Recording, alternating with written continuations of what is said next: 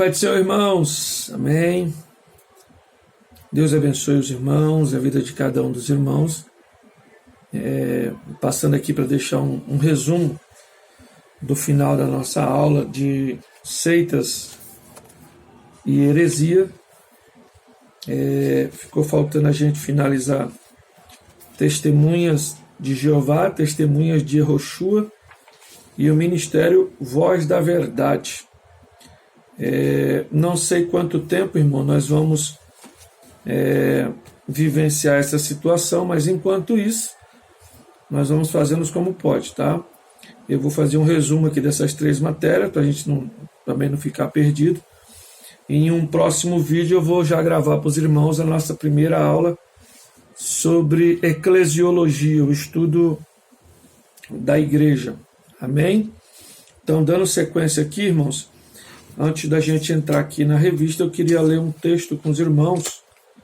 Se você puder abrir aí, abra comigo.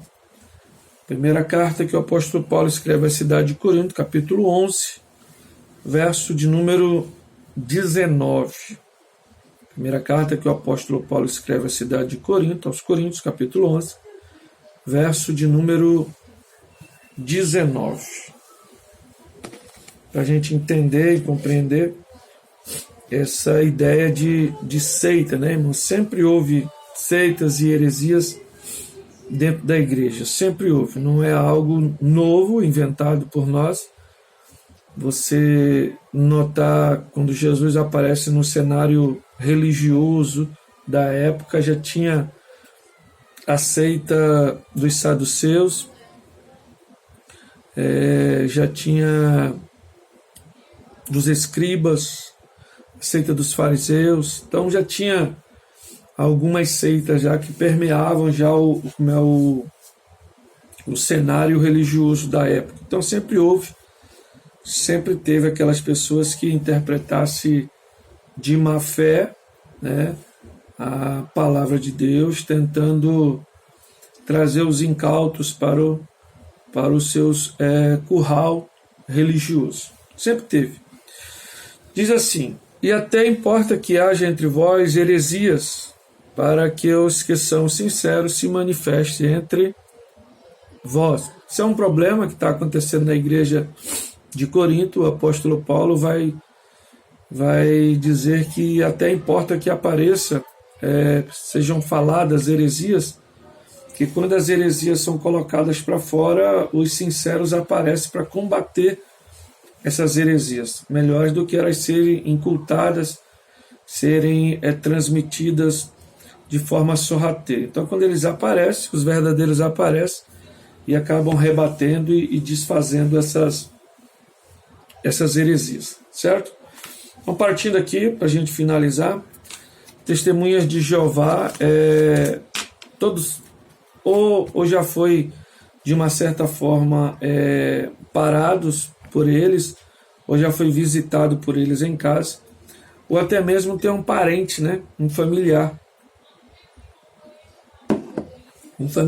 que é testemunho de Jeová.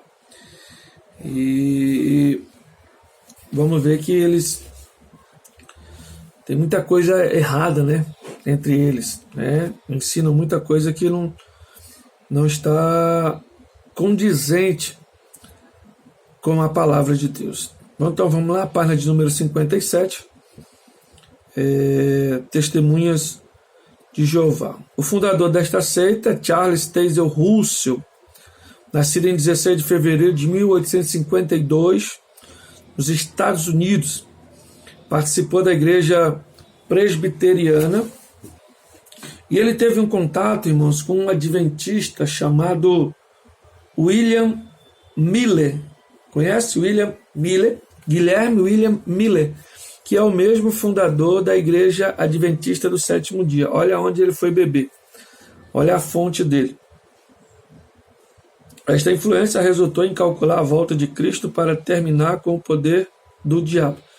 Tendo essa influência de William Miller, como a gente viu na aula passada, William Miller marcou a volta de Jesus por 3 vezes. E como isto não aconteceu, ele para. Isso é um ponto positivo a ser mencionado que ele para, né, de ficar calculando. Ele viu que estava errado nas suas previsões e ele para. E quem dá continuidade às suas doutrinas, a explicar e até mesmo a confirmar que de fato Jesus não veio fisicamente, mas veio espiritualmente, já é a sua, como se diz, a Ellen Goldwhite, que vai continuar com essa ideia de que de fato ele não veio visualmente, mas invisivelmente ele veio para restaurar o santuário e tal, e toda aquela história que a gente já viu a semana passada. As principais doutrinas deles, por exemplo, quanto à Bíblia. A Bíblia é totalmente deturpada, a Bíblia é totalmente fora de contexto com a Bíblia que nós entendemos, com a Bíblia que nós temos. Eles dizem que ninguém pode interpretar a Bíblia sem a revista Sentinela. Olha, então coloca os escritos deles, a Sentinela, Torre de Vigia, como em pé de igualdade com a Bíblia. Que livro, irmãos! Que homem pode estar em pé de igualdade com a palavra de Deus? Quem é que pode estar? Eles colocam que para você interpretar a Bíblia tem que ser conforme a Sentinela, a revista Torre de Vigia também. E eles também têm a própria tradução deles, né, irmão? A Bíblia no formato deles. Por que eles se preocuparam em pegar uma Bíblia e formatar elas no conceito deles? Porque ficaria mais fácil aplicar a doutrina deles, né? Então, se eles pegam a Bíblia convencional mesmo, a Bíblia que nós usamos, para começar a aplicar as doutrinas deles, ia ter um choque, né? Um choque de escrita, né? No que estava se falando e no que estava escrito. Então, não ia ter como. Então, eles pegam e faz uma tradução chamada Tradução do Novo Mundo e começam a inserir nessas traduções do Novo Mundo as doutrinas entendidas por eles, né? Para vocês terem uma ideia, olha como é que eles pegam lá, como é que eles traduziram João, capítulo 1, verso de número 1. Eles traduziram assim. Por exemplo, a nossa Bíblia, abre aí, João, capítulo 1, verso de número 1. Acompanha aí comigo aí. João, capítulo 1. No princípio era o Verbo, e o Verbo estava com Deus, e o Verbo era Deus. Essa é a nossa Bíblia convencional, é assim que ela apresenta. Olha como é que eles vão apresentar aqui. Nossa Bíblia diz: no princípio era o Verbo, nós entendemos a palavra é Jesus, certo? Estava ali. E o Verbo estava com Deus, ou seja, Jesus estava com Deus, e o Verbo era Deus e Jesus era Deus. Essa é a nossa tradução que nós entendemos. Eles vão dizer assim, a tradução do Novo Mundo. E a palavra era, entre colchetes, um Deus. Então já está dizendo que Jesus era um Deus, então Deus era outro Deus. Então já é algo politeísta, é mais de um Deus, né? Eles estão colocando entre colchetes. Dessa forma, eles colocam, deturpando o que a palavra de Deus diz, que o Verbo era Deus, não era um, era Deus. Né? Porque se você coloca era um, então separa. Jesus é um Deus, Deus é outro Deus, e o Espírito Santo, então, nessa sequência, vai ser considerado Deus. Então são três deuses e não um só. Então, eles deturpam essa parte aí. Mas para que eles deturpam isso? Porque vocês vão ver lá na frente que eles não acreditam na ideia de trindade, né? Eles não acreditam três em um e três, eles não acreditam nessa ideia.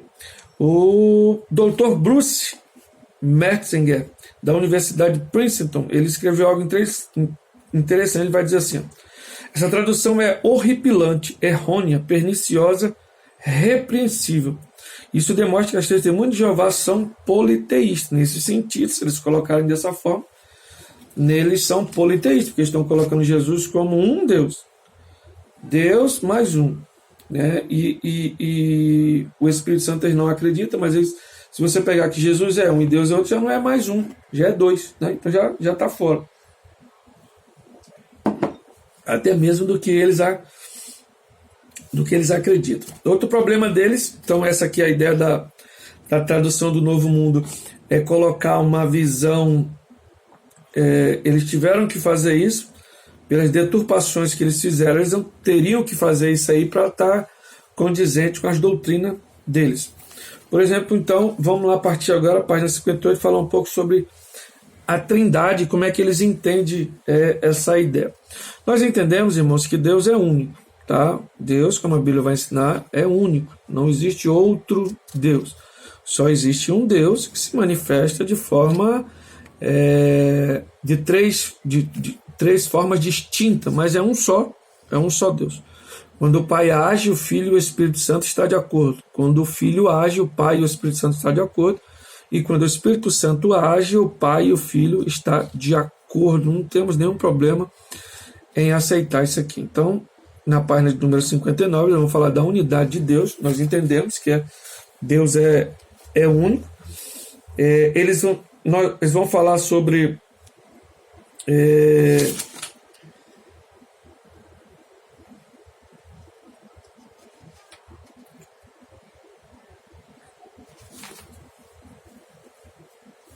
na página de número 60, o segundo aspecto da doutrina bíblica é a deidade dos três. Como certeza, a Bíblia defende um ponto de vista monoteísta e não negamos que exista um só Deus.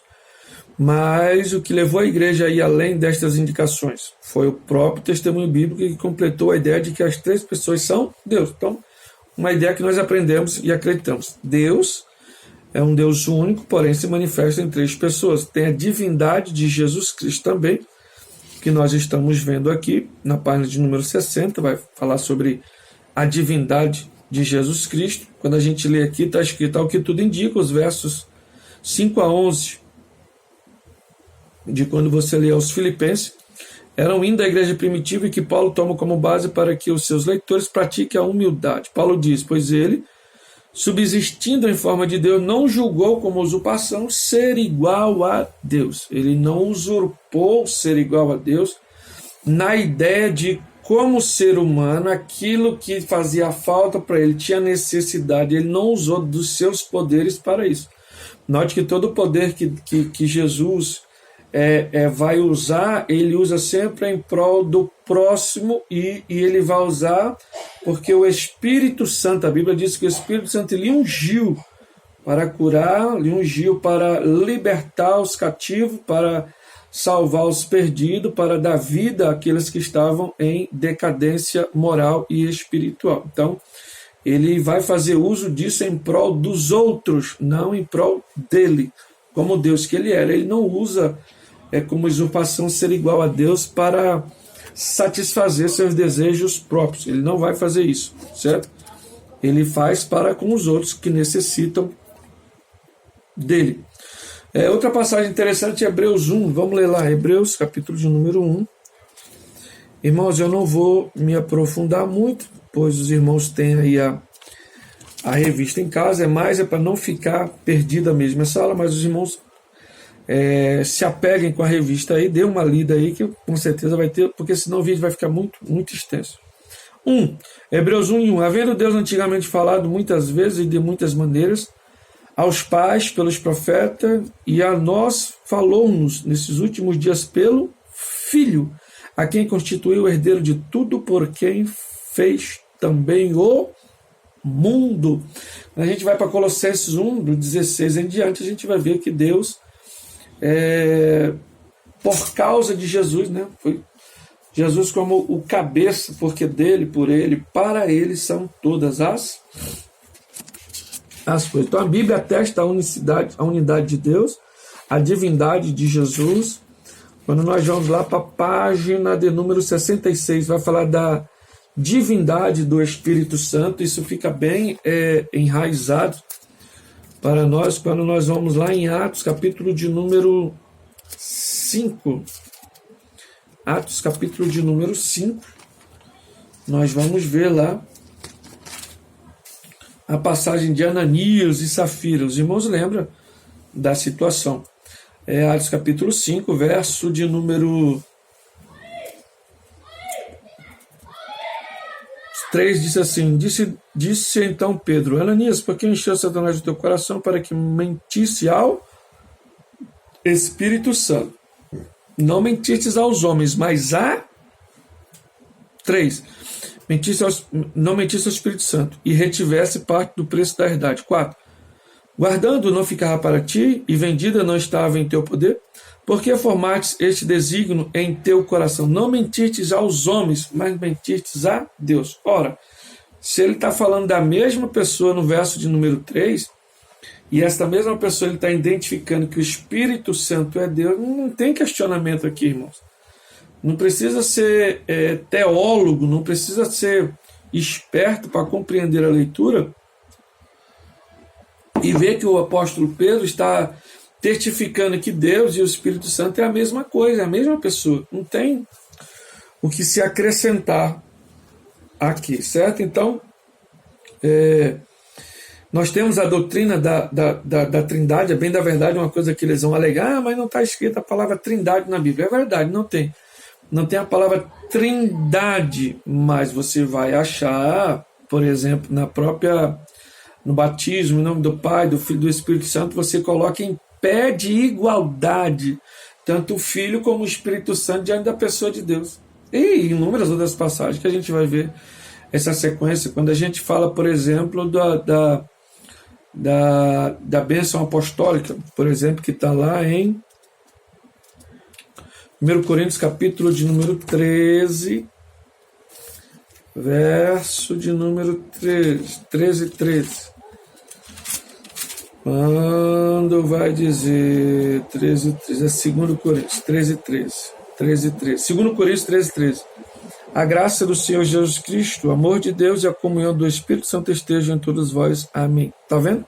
Em pé de igualdade, tanto o Filho como o Espírito Santo e o Pai, eles estão colocando numa mesma bênção. Então não tem o que questionar. O que passar disso, irmão, são invenções, são questionamentos que vêm para atrapalhar os fiéis na igreja. Então, eles têm esse problema quanto à Bíblia, eles deturparam a Bíblia para que a Bíblia ficasse condizente com os ensinamentos deles, então fizeram a tradução do Novo Mundo. Eles questionam a ideia da trindade, não existe trindade na visão deles, é Deus, é único, o Filho é criatura e o Espírito Santo é uma força da parte de Deus, mas que não tem esse poder como Deus assim o tem.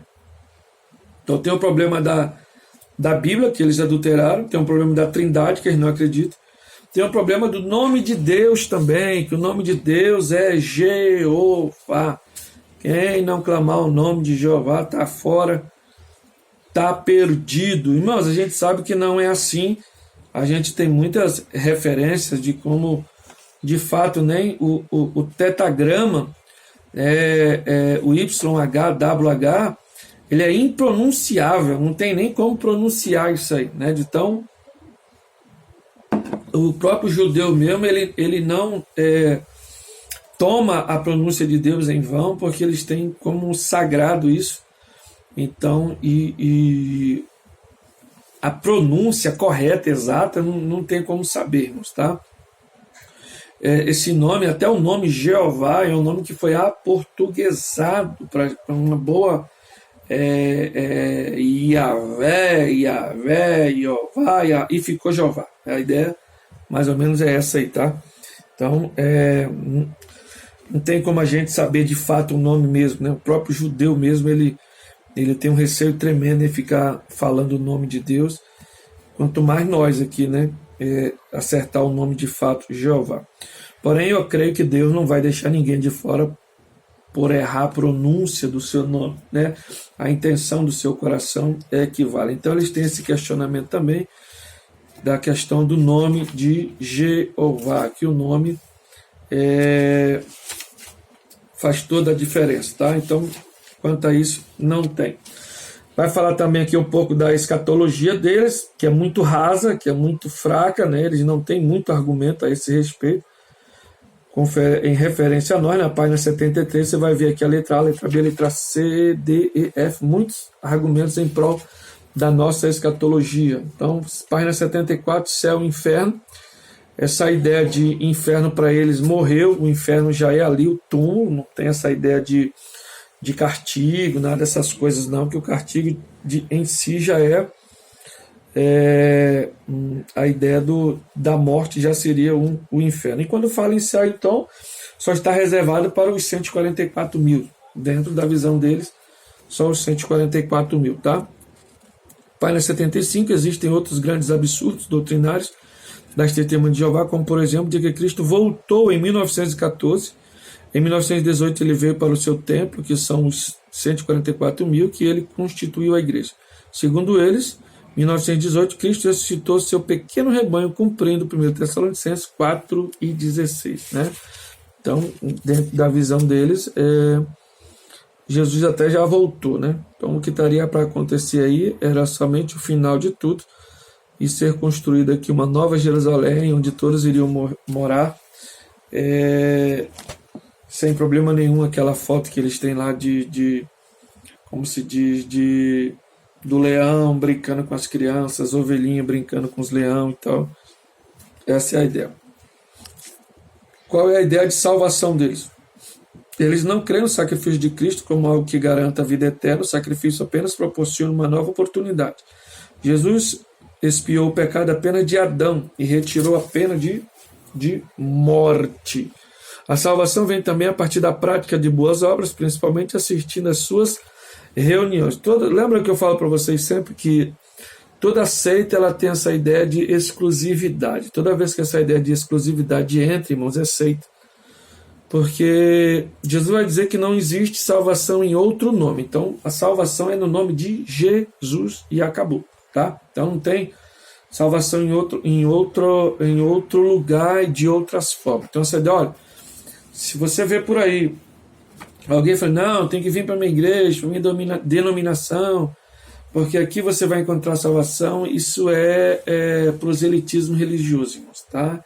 Tem pessoas tentando você já é membro de uma congregação, de uma igreja, e ele está tentando te tirar dali para vir aceitar o que ele quer. Então, não, é Jesus, irmãos. É somente o nome de Jesus, tá? Então, de você assistir reunião, de ser bonzinho, isso aí é obras. E não é por obras, é graça, simplesmente graça. Deus achou graça, e através da graça, essa fé que nós temos, aliada com a graça do Senhor, então isso tudo junto proporciona-nos a salvação para as nossas vidas, certo?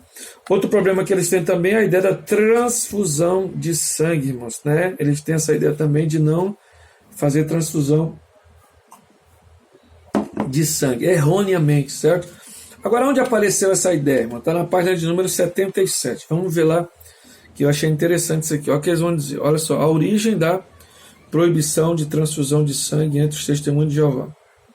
Este assunto é desconhecido por muitos russelistas. Russelista era como eles eram conhecidos no início.